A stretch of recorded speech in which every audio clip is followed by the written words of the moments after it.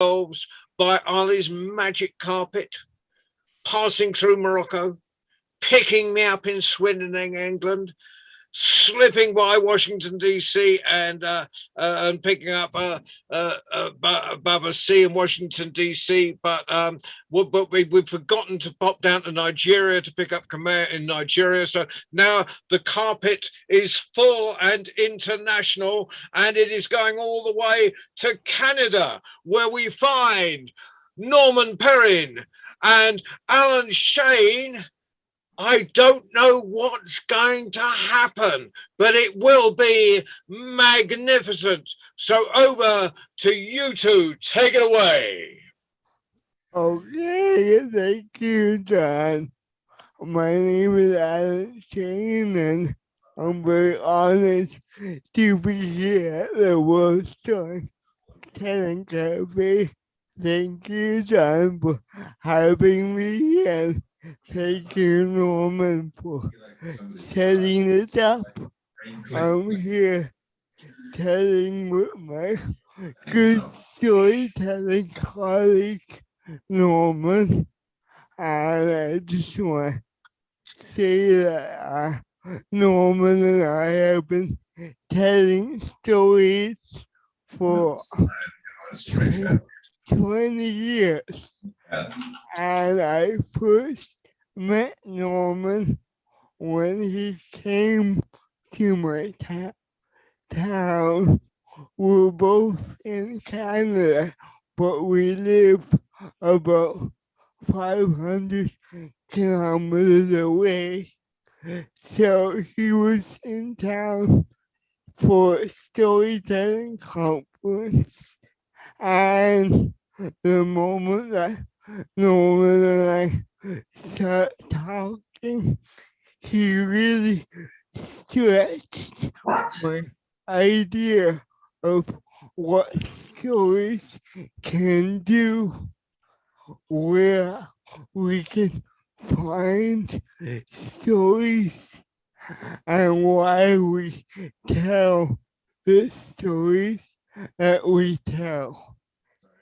So I'm gonna begin with one of my favorite. Hold on 2 seconds, Alan. Susan, could you mute, please? Because the sound is coming through from you. Okay, hang on. Sorry about that. No problem. Carry on, Shane. Sorry to... No problem at all, no problem. So I am going to begin with a story that I got from Norman. It's one of my favorite stories to tell. So this story is about an old man. A man who is so old that he had not only outlived his wife and all his kids, but he had outlived his grandchildren, his great-grandchildren, and even his great-great-grandchildren. And so one day, this old man was sitting in his hut, and he thought, you know, no one knows me anymore in the world. I am no use to anyone. I might as well just die. And so he decided to go off and feed himself to the bears, because then he thought, at least I will be of use to someone. Now this man lived in northern Canada, and it was a place where it wasn't too difficult to run into a bear. The next morning, he left his little hut, walked across the village square, left the village, walked up into the mountains, and pretty soon he found himself right up with face to face with a big black bear. The bear raised up on its hind legs and stared at the old man and roared as if to say, "What are you doing here?" The old man looked at how sharp the bear's claws were and at how sharp his teeth were. And the man suddenly thought that maybe this wasn't such a good idea after all. But he was there, so he had to say something. So he managed to say, "I've come to announce that I am hosting a feast, a feast of salmon and cranberry in 3 days, and you are invited." And with that, the old man turned around and he ran as fast as he could down that mountain into the village, through the village square, into his hut, where he shut the door. And then he sat alone and he thought about what had just happened. He thought about how he had just invited someone for a feast. So he might as well start preparing for a feast. So for the next 3 days, he spent fishing in the river, pulling boatloads and boatloads of salmon out, bringing them to his small hut to hang them to dry. And he went into the forest and picked buckets and buckets of cranberry and put them on the stove in big pots to boil. And at the end of those 3 days, his small hut was filled with food. And he sat there, not knowing who or if anyone was going to come. Then there was a knock on the door, and when he opened, that big black bear pushed himself through the door. The old man was about to close the door when another bear pushed himself in, and another bear, and another. And soon there were 10 great big black bears sitting in its old man's hut. And they ate every scrap of food that there was. And then one by one, they each got up and walked out that door again until the last one. Before the last one walked out, he turned and said to the old man, "Thank you. Thank you for inviting us bears. No one ever has ever thought about inviting us to a feast, and we are lonely people." And with that, the last bear left.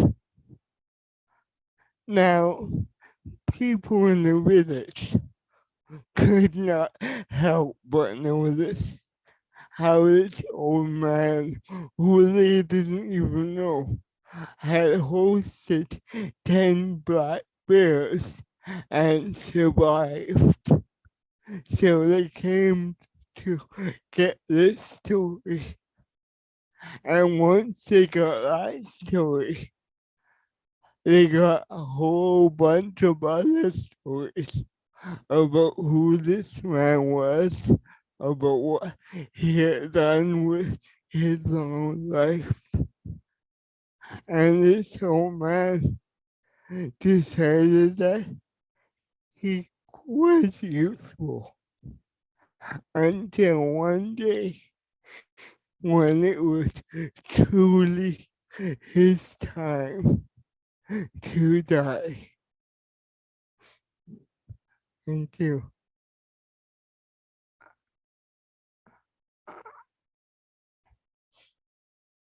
Thank you, Alan. You know, that is a favorite story of mine as well. And I've told people my favorite line is, and people could not help but notice 10 black bears. Well, I think if my apartment had 10 black bears walking into it, people would notice that too. And the story that I wanted to tell, because Alan and I were talking back and forth about what story fitted with what, and in a way that wasn't thematic. It was the stories that we liked, and and over the years, as Alan and I have become storytelling friends, um, the, the stories I've learned and tell with Alan have acquired new meanings, and because when we share the same stage, I learn a bit about my own stories and hearing Alan's stories. And so this particular one, we go from big to small, and we go from the west coast to Ontario, to the Ottawa Valley, to Black Bay Road, where I was born and where I grew up. Now, this has happened long before I left the Ottawa Valley. Now, next door to our farm on Black Bay Road was the farm of my Uncle Norman. And the reason why I have the same name as he does, that's a story for another time. Now, like any farm, there's always work to be done. And there's plenty of work on our own farm, chopping wood, hauling water, cleaning out the stables, you name it. But I preferred to do the chores on my uncle's farm because, you see, he had traveled a lot when he was a young lad. And whenever I mentioned, yeah, about something or commented on, he would say, "There's a story to that." And then we would get the big pot of tea, pour out 2 mugs of tea, and then uh, while I was sipping the hot tea, my Uncle Norman would tell me a tale. And this one morning, when I'd helped him bring in some wood from the woodshed and dumped it in the wood box with a clatter, and sat down to a well-earned cup of tea. It was the middle of the winter. And I said, "You know, Uncle Norman, this is the best tea that I've ever had." "Well, there's a story to that," he said. So I knew what to do. I went over, filled up both mugs to the brim, and put a bit of sugar and a bit of milk, and sat down to listen. And this is the story that he told me that I am about to tell you. Well, when my Uncle Norman was traveling around the world with his penny whistle in hand, he came to Sri Lanka. Well, they called it Ceylon in those days. And being short of cash, he took to working on a tea plantation. And the work was hard, the days were long, but he enjoyed being outdoors.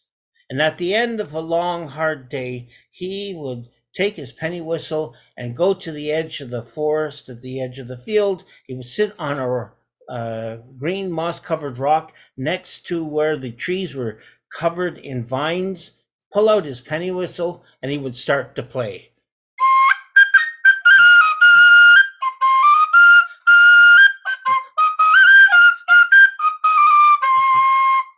Now, one late afternoon, as he was playing, out of the forest crept a little long-tailed monkey and sat right beside him listening.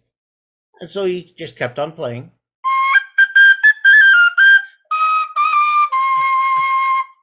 Well, to make a long story short, and a short story merry, as they say, soon he was surrounded by a couple hundred of long-tailed little monkeys, and they seemed to enjoy the music a lot. And when he was finished and walked away, the monkeys went back into the forest. Well, he went back the next time the monkeys were waiting for him, so he started playing away.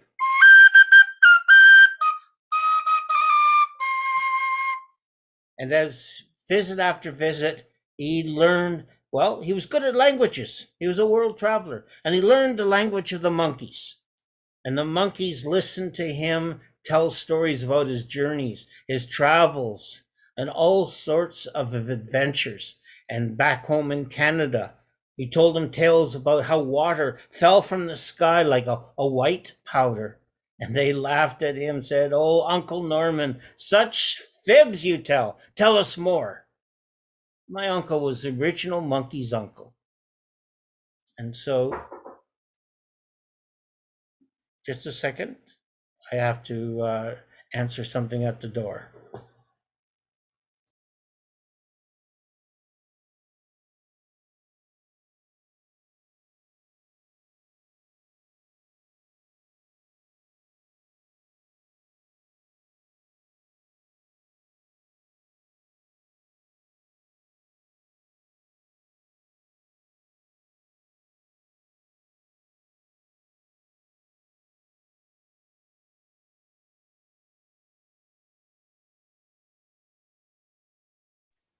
The original monkey's uncle. Worthy.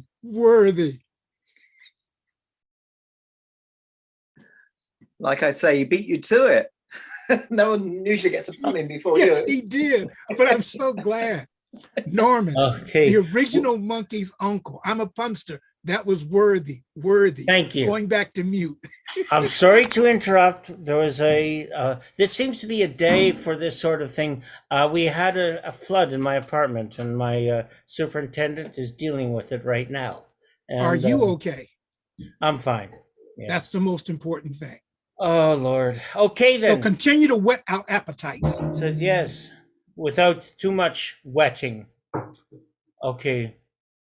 And the monkeys loved listening to my Uncle Norman's stories and about his travels in Canada. And they looked forward to those tales told every afternoon as he sat there and played his penny whistle, until one day my Uncle Norman decided that he wanted to go back home. He had been on the road for long enough. And so he went back to the forest for one last time. He pulled out his penny whistle and played for the monkeys one last time.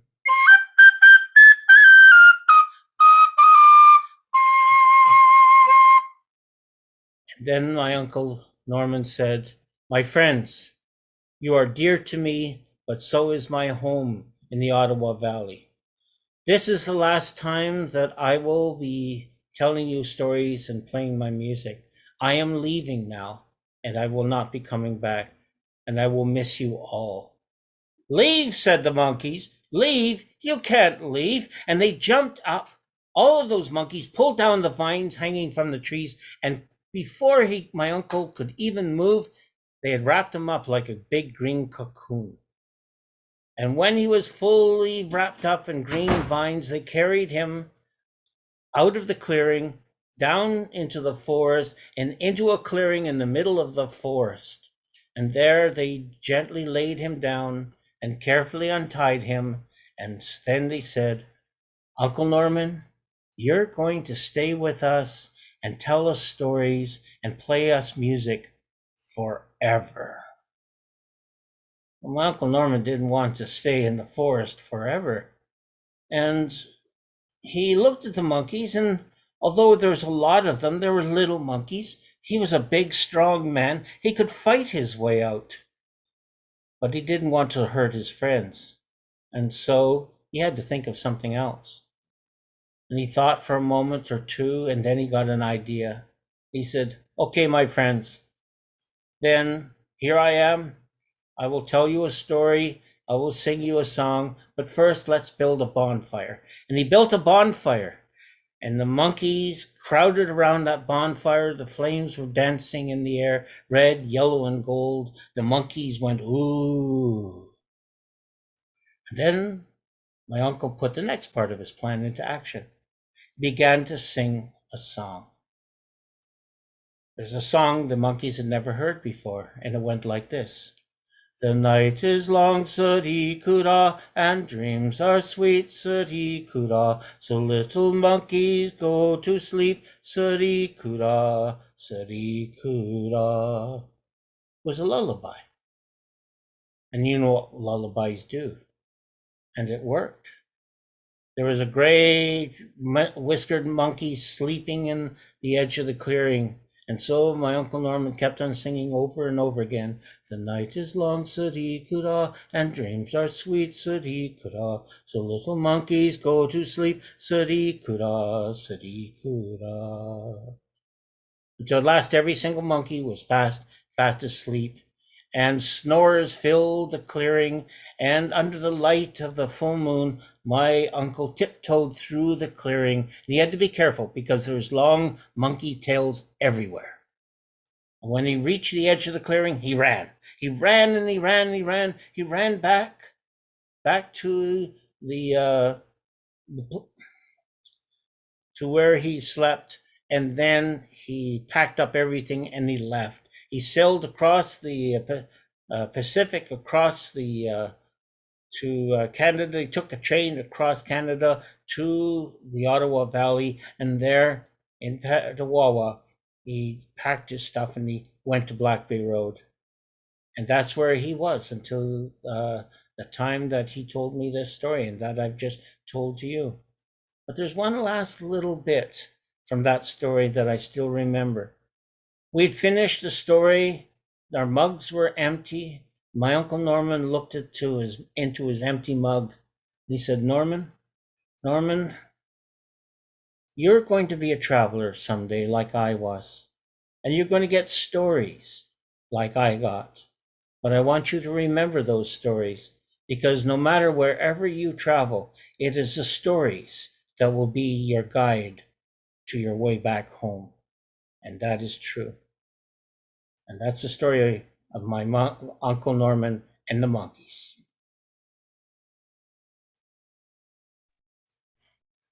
And over to Alan, who's got a tale or two to tell. Thank you, Norman. I love that story. I've heard you tell it several times. It makes me think of all the traveling that you and I have done, particularly for storytelling. And our stories make us travel, but it's always good to come back home. And also, when we think about how dangerous it can be if you suddenly decide to stop telling stories. So once you start telling stories, it gets the ball rolling, so to speak. So this next story I'm gonna tell was inspired by a folk tale that I kind of reworked, and it was a story that I haven't told that much, but it's a story that Norm has requested me to tell today. So thank you for that, Norm. This story is about a boy who was born with one leg and one arm. This boy lived in a small village with his parents and his brothers. And this boy felt that he was just like anyone else. Like everyone else, he had to do chores at home. And like everyone else, he tried to do these chores as fast as he could so that he could spend his time exploring and having fun in the village with his friends. This boy's name was Farid, and Farid was happy. But some people in the village called this boy Hat, Hat Boy because he only had one leg and one arm. When it came time for Farid to begin to go to school, his parents expected him to learn to read and write just like all his brothers. But the school was down the road and across the village square, an easy walk for all his brothers. But on that first day, even though Farid hopped down that road as fast as he could, when he got to school, he was late. The teachers complained. And so the next morning, Farid's parents woke him up early before sunrise. And this time, Farid was on time for school. But pretty soon in class, he fell fast asleep. The teachers felt sorry for him, and the teachers told his parents, Farid is a poor, sick boy. Let him stay home. You shouldn't have these expectations for a boy with one arm and one leg. His parents thought about that, and then they decided, no, Farid just needs a better way to get to school. And so they gave Farid his very own horse, a white and brown speckled horse, who knelt down on its front legs so that Farid could get on its back and then stood with a proud neck. That first day, Farid went to school on a horse, passing by everyone else who was walking. He felt tall and powerful. He was even early to get to school that day. Everyone else complained, no fair. And they went home to their parents and they said, we want a horse like Farid. We want to be like Farid. We want our own horse too. And they were told, no, you have two arms and two legs.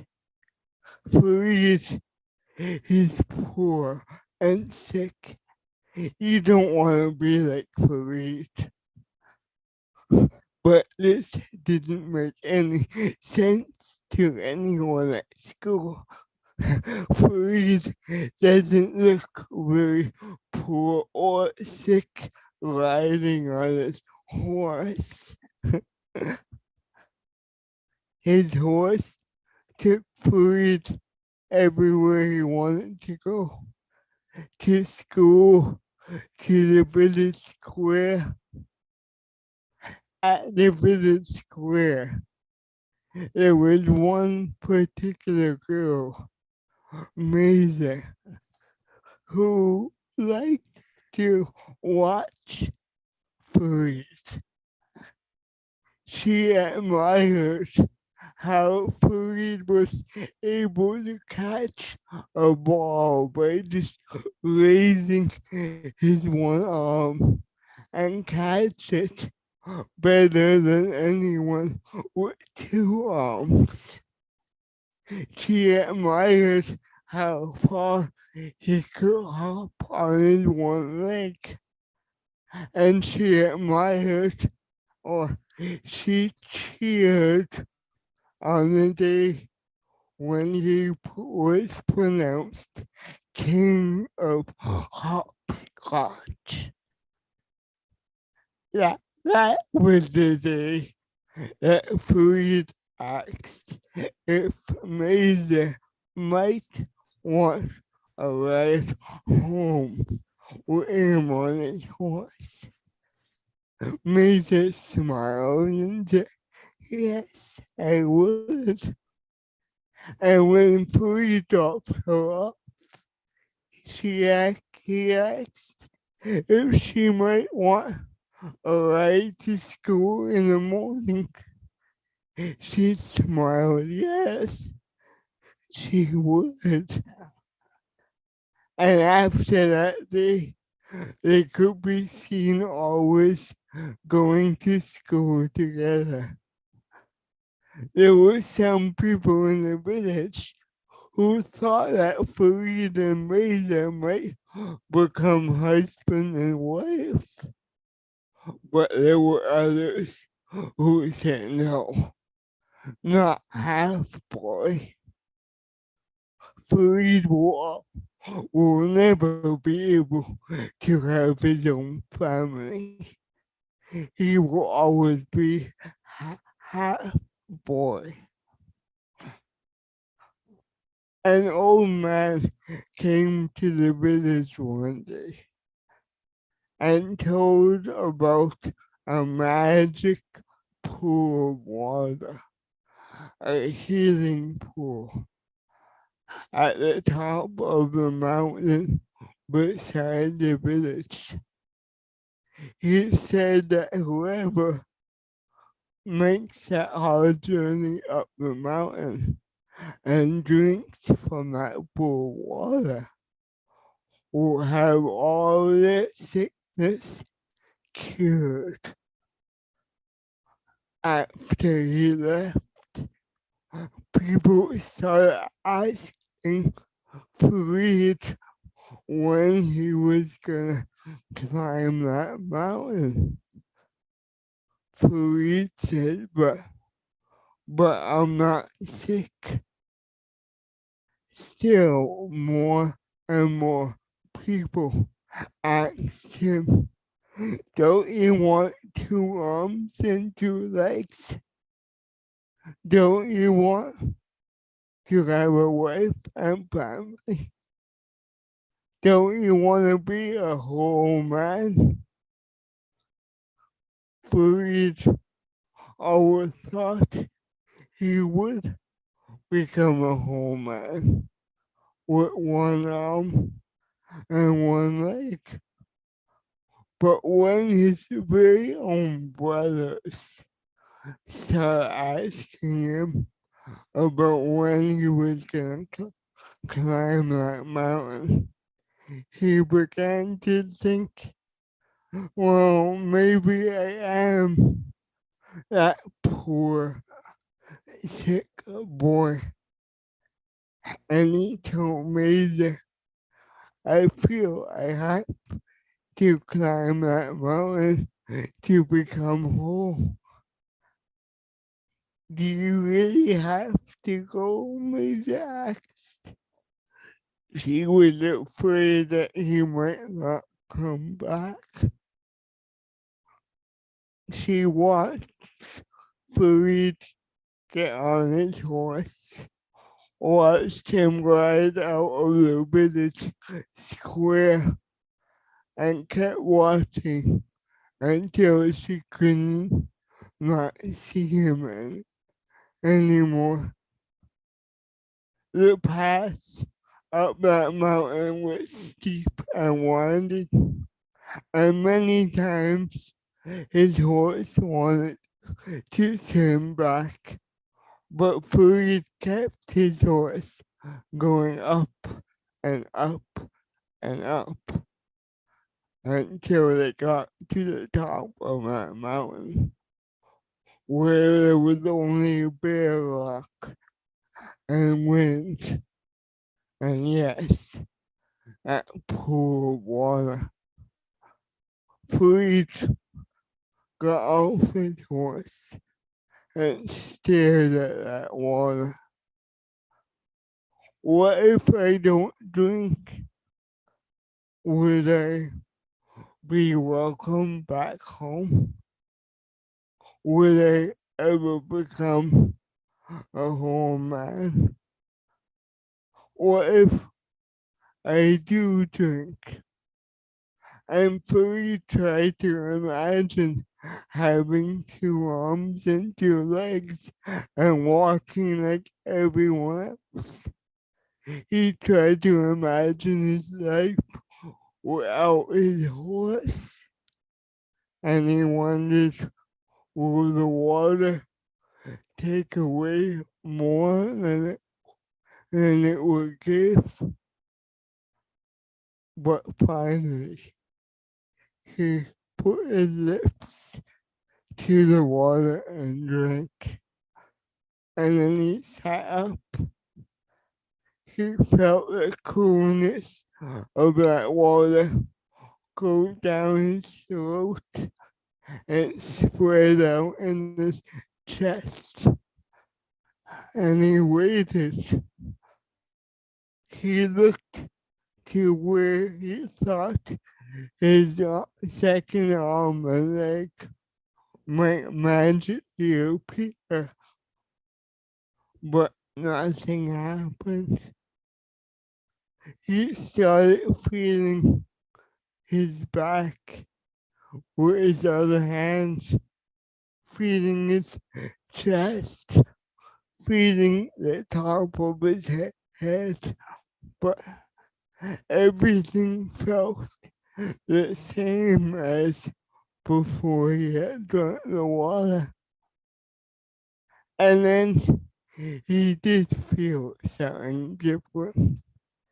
He felt an excitement and relief bubbling up from his chest, bubbling up and up his throat until it came out his mouth in a big whoop. And then he started laughing so uncontrollably that his horse startled.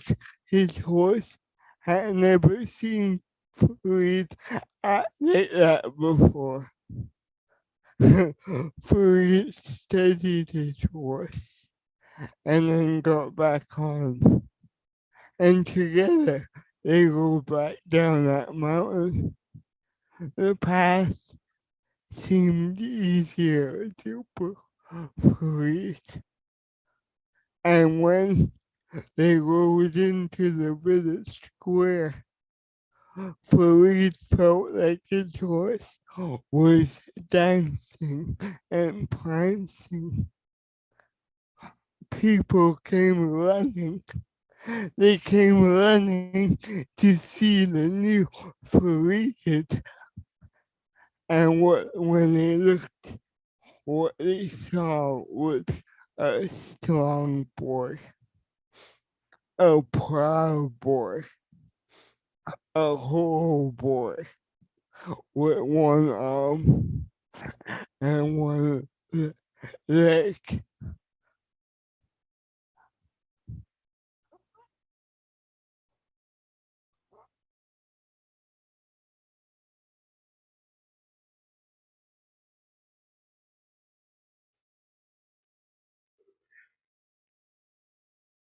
There's not much to say about that story except to just absorb it and listen to it. And I'm just kind of thinking that I'd forgotten about the horse dancing. And in talking, discussing stories, etc., and what we're going to do for today, and I thought the best answer to Alan's story that I'm so happy you told it, and was to do this one.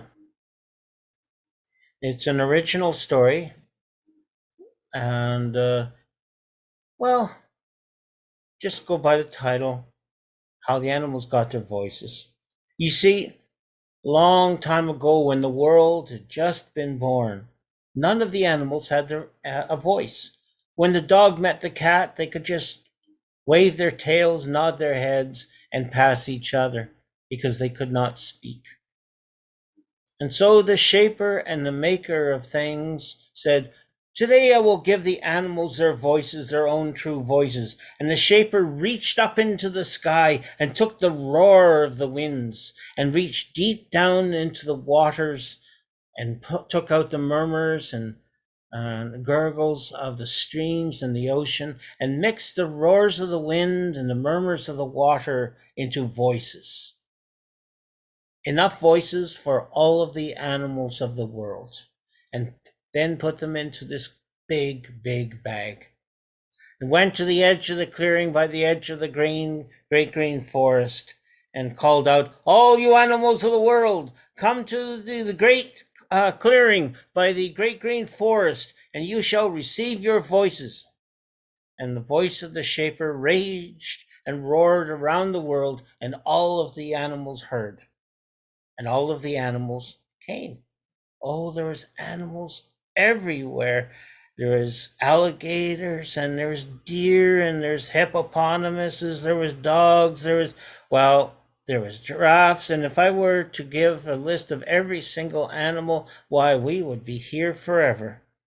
But long last they had all arrived. And when they had arrived, Shaper said, "Today you shall receive your voices." And I must tell you that whatever voice you choose, you must choose carefully. If you do not like it, you may trade it for another voice. But once you have chosen your voice, you can trade it until the sun sets. But after the sun sets today, why, you will keep your voice, your own true voice, forever. So you must choose carefully. And the first animal up was the dog. The dog ran up, run, jumped into the bag, took a voice, put it on, took a deep breath, and the dog went quack, quack, quack, quack, quack, quack, quack, quack. "That's not a dog's voice," said the dog. And the dog took the voice off and put it back into the bag. And this time the dog used his nose to choose a voice, because that's how dogs decide on things. Sniffed at that, sniffed at this, sniffed at everyone until aha, and took that voice, put it on, took a deep breath, and the dog went,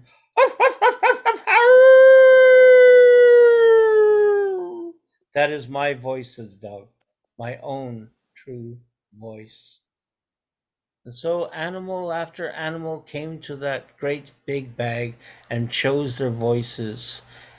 And the forest began to fill with hoots and howls and screeches and yowls. The birds flew into the bag silent and came out flying and singing and filled the forest with the song of the birds.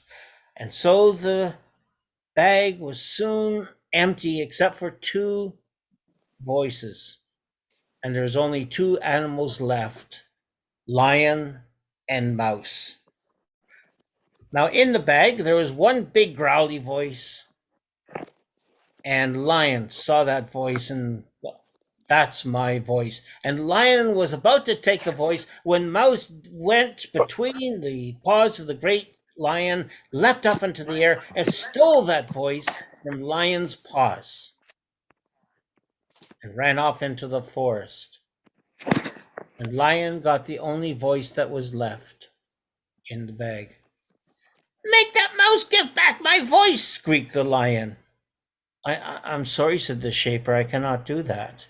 Because although Mouse stole your voice, I cannot take it back from Mouse. You're going to have to ask the mouse to give you your voice. "Well, if that mouse doesn't give me back my voice," said the lion, "I will kill it." "You cannot do that at all," said the Shaper and the Maker of Things.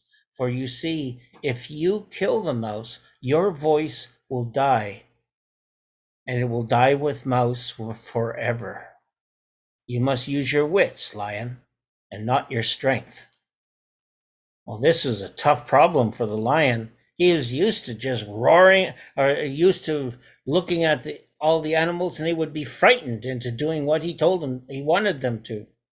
So he ran into the forest, crying out, "Mouse, Mouse, Mouse, please give me back my own true voice." But Mouse was hiding behind a bush, and Lion ran right past it and disappeared. And when Lion was gone, Mouse crept out from behind that bush, took a deep, deep, deep breath, and let out a great roar, and all the leaves fell off the tree. Well, that was fun. And Mouse went from tree to tree, roaring, and the leaves were flying every which way. And that is why in the autumn the trees lose their leaves, because the mouse frightened them long time ago. Oh, the poor trees. Well, Mouse got tired of that and soon found Elephant. He says, "I'm going to have some fun with the elephant," and crept up Elephant's big leg, up onto his broad shoulders, up behind his tiny little ears. Because you see, in those days, elephants had tiny little ears and a short nose. The little mouse took a deep, deep, deep, deep breath and let out a great roar, and the elephant's ears turned into umbrellas. His nose shot out 10 feet long, and Elephant went trumpeting into the forest, and Mouse fell off of the elephant's back onto a pile of leaves. Oh, that was so much fun. But roaring is hot and thirsty work. And so Mouse went down the pathway, down to where the pool where all the animals drank. And it was just about to drink when suddenly a voice behind a great big bush said, "Shh, careful, Mouse. If you take a drink of water, your voice might shrink down to nothing but a squeak." "Oh, who's that?" asked Mouse. "It's a friend," said the voice behind that very large bush. "Well, thank you, my friend," said Mouse. And Mouse took Lion's voice off and hung it upon that bush where it gleamed golden red in the rays of the setting sun. And Mouse turned around, and now he jumped right into the water and was swimming and cooling off and taking a nice drink, and did not see a great paw reach out from behind the bush, take the voice, and put another one into its place. And suddenly the voice behind that very large bush said, "Mouse, look, look, the sun is about to set. Get your voice, put it on, or you will be silent forever." And indeed, the sun was about to disappear. Mouse swam to the shore, ran up to the bush, grabbed hold of the voice, put it on. Just as the sun was gone. And now the animals would keep their voices, their own true voices, forever. And Mouse went behind the bush to see who his friend was, but there was no one there. So Mouse went on into the forest, deeper and deeper, until at last he came to Giraffe. "I'm going to have some fun with Giraffe. I wonder what Giraffe will look like with a nose as long as his neck." And Mouse went up Giraffe's long leg. That was a long climb. up his long neck. That was an even longer climb. And little mouse took a deep, deep breath and went squeak, squeak, squeak. And when Giraffe heard that squeaky noise right next to his ears, he shook his head, and little mouse went flying over the trees. His whiskers were whistling in the wind, his tail was going around like a propeller, and he landed splash in the pool of water. Down into the darkness Mouse went. Mouse would have drowned. Mouse would have died. But a great golden paw reached down into the darkness and lifted Mouse up onto warm, dry earth. And who do you think it was? "Oh, Lion," said Mouse. "Oh, Lion, thank you for saving my life. Oh, Lion, my voice, it's nothing but a squeak." "That's too bad," said Lion. "You must have gotten your voice wet somehow, and it shrunk. But my voice, I kept it dry. And I have a wonderful voice." And Lion let out a great roar and shook the leaves in the trees. The elephant trumpeted, the giraffe ran off into the grasslands. And when little Mouse heard that voice for the very first time, little Mouse was so frightened, Mouse ran into the shadows and has been hiding in the shadows ever since, afraid of lions or anything that even looks like a lion. I mean, that even looks like a lion, a cat. And so all of the animals of the world have their voices. They've had their own true voices to this very day. And may each one of us find our own true voices as the animals did long, long time ago. And that's the end of my story.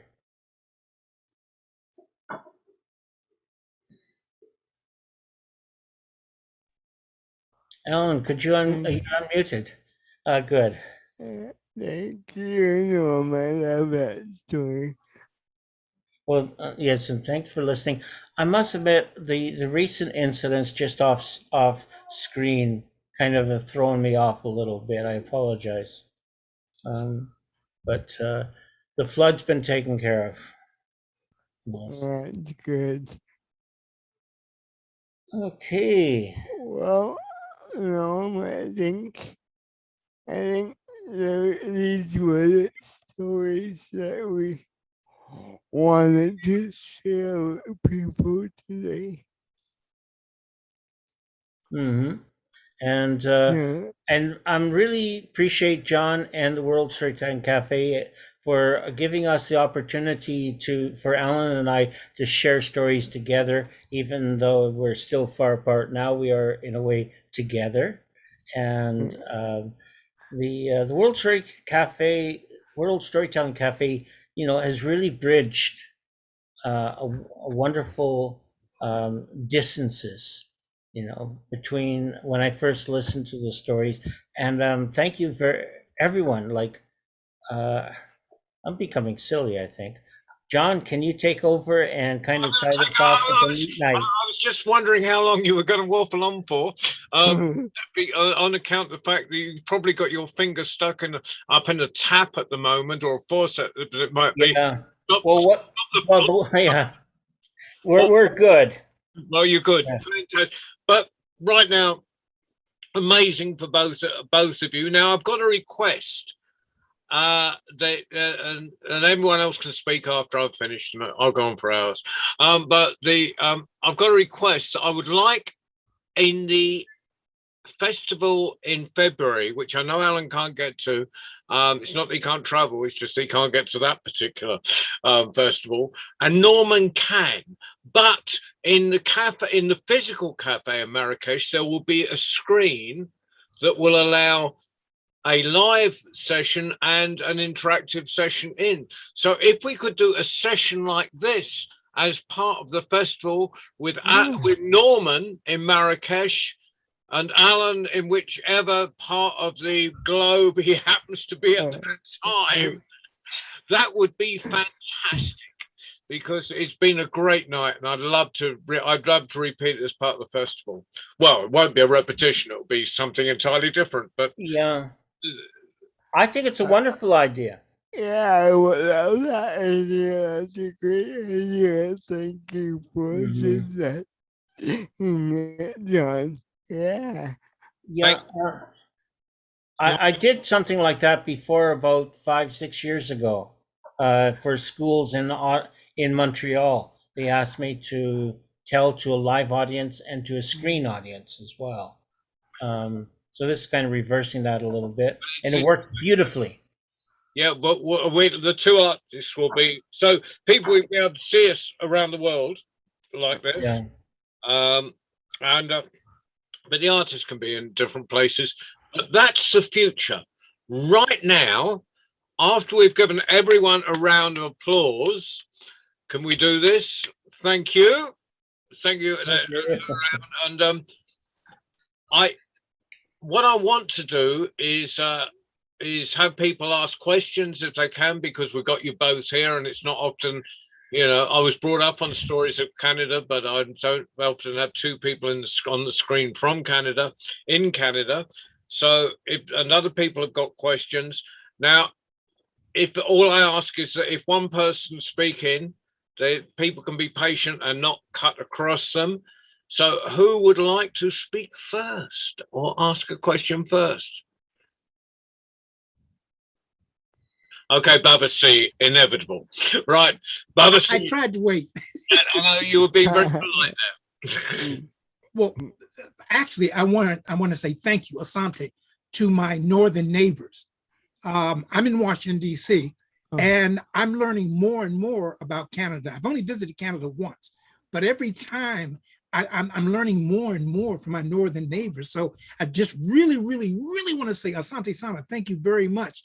And with your permission, I'd like to borrow some of your stories. My stories are in the spirit of Duncan Williamson, who I take as a lead. You hear it, you've got it. Yeah, you're welcome to take stories and retell them. I know yeah. Thank you. And could you do me one small favor? Could you spell the boy's name, the one with one arm and one leg, so I can get his name correct? If you could put it in the chat. Oh, okay. Sure, it's my own spelling, but that's okay. The story, the first story that Alan told is called The Feast of Cranberries, and it has an original. It is from the West Coast, and I think it's a Tlingit tale. So but it can be found in a collection of American folk tales. I don't have it off the top of my head right now, but and then I said that second story I told is my own, but it was inspired by an actual folk tale, I think, called Half Boy. So yeah, if you would please credit me, but otherwise, yeah, anyone is welcome to tell it. I would love that story to get more out there.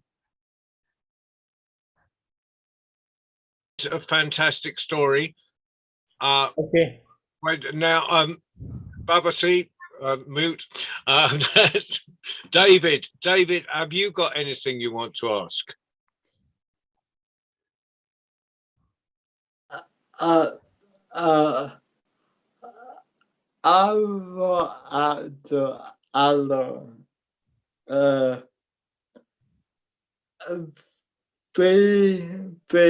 What happened?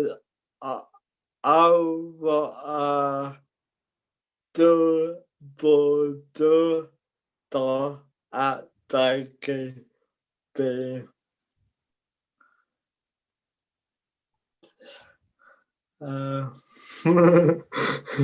Jackie, Yeah, could you um, help? I'll try. So, David, were you? sorry, I didn't quite get. I didn't quite get everything that you said. Sorry. I'll just check. David, were you asking Alan about what we were chatting about? No, No. Okay. I want the everybody go where I need to alone. Oh, you want to talk to Alan when everybody's gone? That okay? Yeah, that sure. Yeah. I can. If I leave you two on, I'll stay if you don't mind, David. So I can stay. I know when you're finished, but there's. Yeah. I'm thinking. Either that, David, or we can schedule another Zoom meeting for just you and I. So, if you prefer to chat now, great, or we can set up another time to whatever you prefer. David, that's a very kind offer, and it might be fairer to Ali if you set up another time. What do you think? Okay. Good plan. I can. Okay. I will arrange it for you if that's okay. I'll make sure it happens. We can do it on this link, but we'll just have a maybe with Jackie is very useful with because they work as a duo. They tell stories as a duo because David tells the story but Jackie's got a script, so she comes in afterwards. But it's less a support; it's more it's a collaboration. Sounds great. Yeah, I look forward to talking with you, David. That will be great. So we'll find a time when all three of you and me are free, and if that works for you, that would be lovely. Thank you. Yeah. Okay. Okay. Okay. Anyone else? Does anyone else? Hey, yeah, Shane. Yeah, just a quick question, Alan. Are you on Facebook? I do have a page, but I don't check it very much. I'm not a big fan of Facebook. I'm more accessible by email. Okay. So I can give you my email if you want. Yes, that could be helpful for me. Yes. What I can put is I know people are in a lot of the tellers are in our Facebook group chat, so I can put your email in that chat so other tellers can get to you, including Shane, and that might be useful for David and Jackie as well. Yeah. I'm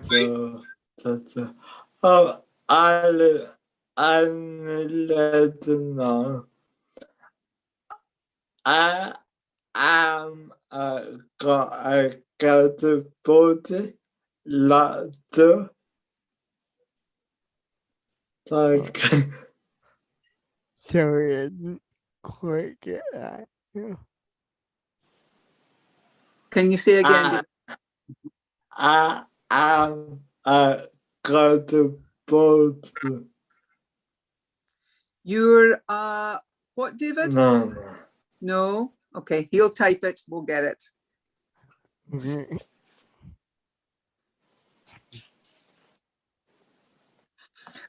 Gentlemen, I loved your stories. Thank you very much. And I think I can feel an invitation for you to come and do something David is planning. So just hold on to your, oh, here we go. Yeah. Hold on to our ears. Yes. I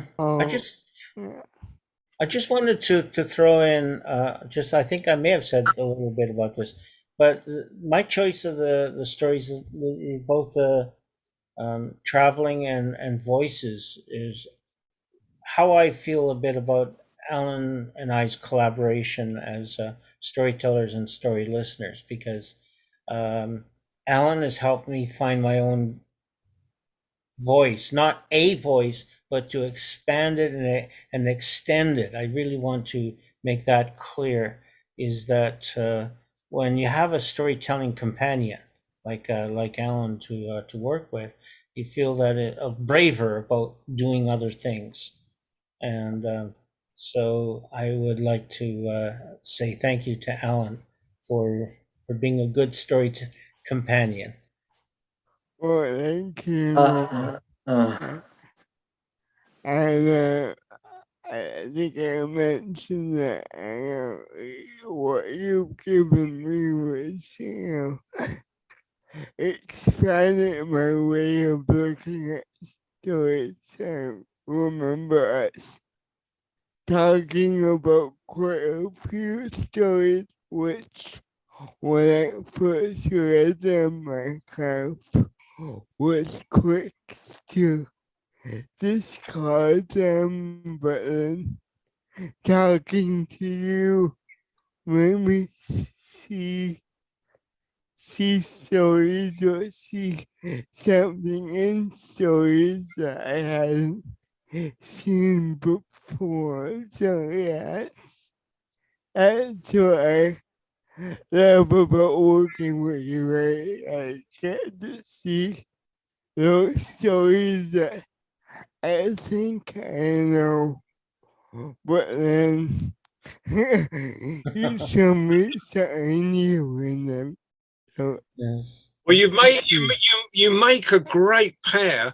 David, what David wanted to say was he has cerebral palsy himself. So there, um, uh, was that what you that was? I want one more thing. I want that for thanking for at me the story actor. I didn't notice that I know the story. It made the working character with storyteller that it made. Well, I think Norman said it. It's a two-way street, David. Yeah, it's a two-way street. Mm-hmm. I was that boat thinking.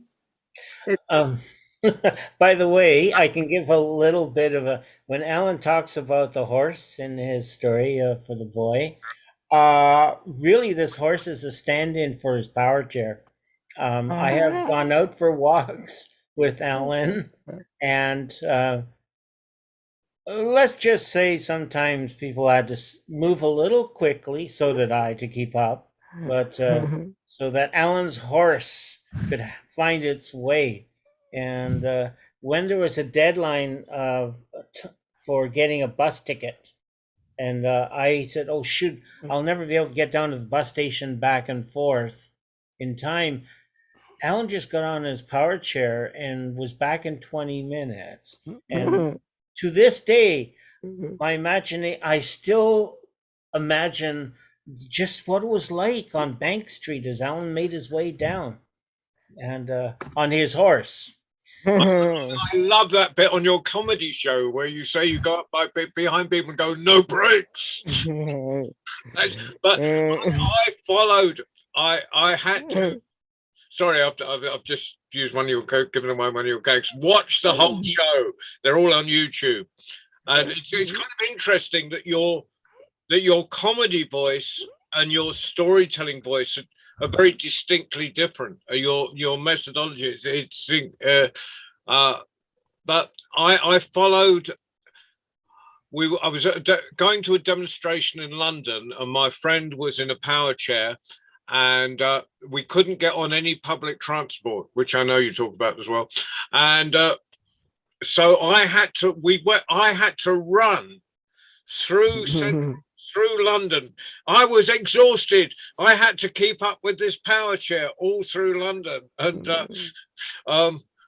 then we had interesting interactions with constables, with policemen. But that's another story. But right now, I need to. Kamaya, I haven't even asked you. Have you got anything to say? I don't, but thank you so much for today. I really enjoyed it. Thank you. So, from Nigeria, from Washington, D.C., from various parts of England, from Scotland, Jackie would kill me if I didn't say that, and undoubtedly from Canada itself. Thank you both. It has been a magnificent evening. Can we give one more round of applause? And tomorrow night, before I forget, we have another magnificent evening. There are always magnificent evenings on here. Okay. Tomorrow night is Gail Ross, phenomenal Cherokee storyteller, with Amy Bruton Blumel, who's a Chickasaw storyteller. They're both descended from ancestors who came down with the 5 tribes on the Trail of Tears, and they'll be doing very much like Norman and Alan have been tonight. That'd be fantastic. I won't go through the whole. Look at the schedule. There's loads coming up. David's got his own program later in June. Baba C's got his own program coming on. What's that, David? On the, is it 7th? 7th of June. May 2nd. We got really special care. Go out to the outdoor. People everybody do not meet in. No, don't miss it. But David, I'm trying to get the next 2 days because people have very short memories, and we put 2. I'll plug, when it gets to near your 2 days, I'm going to shout loud. Right now, Jackie Ross tomorrow and Amy. Tuesday nights, of course, is our under 18s, which have children from all over the world. Well, we normally have children in Gaza, but let us let's just send our thoughts to them. With children from India, children from Scotland, children from all over to that one, and there's just loads going on. Look at the schedule. World Storytelling Cafe, goodnight.com. But for now, good night and thank you. Thank you, everyone, for listening. Okay. So I would say thank you. I would just say au revoir. Okay. Au revoir. To be continued. You will both return, undoubtedly. Yeah. I'm leaving. Thank you.